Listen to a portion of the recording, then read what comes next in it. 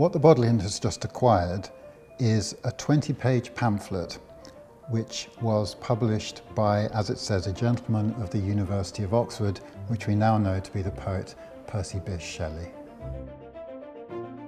The point about pamphlets is they're a way of getting your opinion across. When Shelley came to Oxford as an 18-year-old, he was full of ideas, he was full of energy, he was full of opinions, sometimes very unorthodox opinions. And pamphlets was really the way to do it. Nowadays we would have blogs or we would have Twitter feeds. In Shelley's day, it was pamphlets. When Shelley's father brought him to Oxford, he took him to the company that produced this, Bodleian Slatters, on the High Street in Oxford, and said, "My son here already has a literary turn, please do indulge his printing freaks."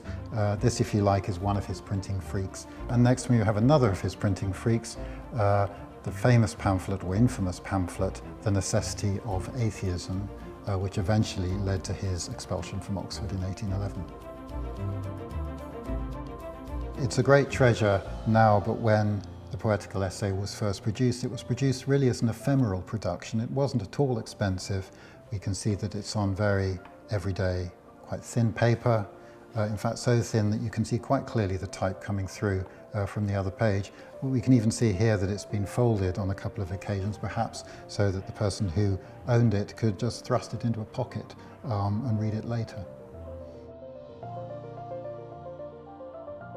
We have a dedication, which we now know is to Harriet Westbrook, although the word Westbrook is partly blanked out.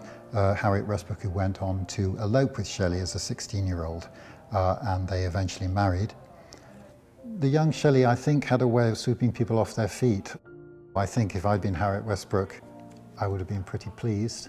To what extent her family would have been pleased, I don't know, to be associated with someone who's expressing such radical opinions. If we look at the preface to the poem, we can see some of the words that were on Shelley's mind that really give an idea of the view he had of English society. We see words like licentiousness, luxury, depravity, prejudice. These were the things that he thought were blighting English society at that time. And if we then go to the poem itself and the opening lines, they don't pull their punches. Destruction marks thee, oh the blood-stained heath is faintly born the stifled wail of death. Millions to fight, compelled to fight or die in mangled heaps, on war's red altar lie.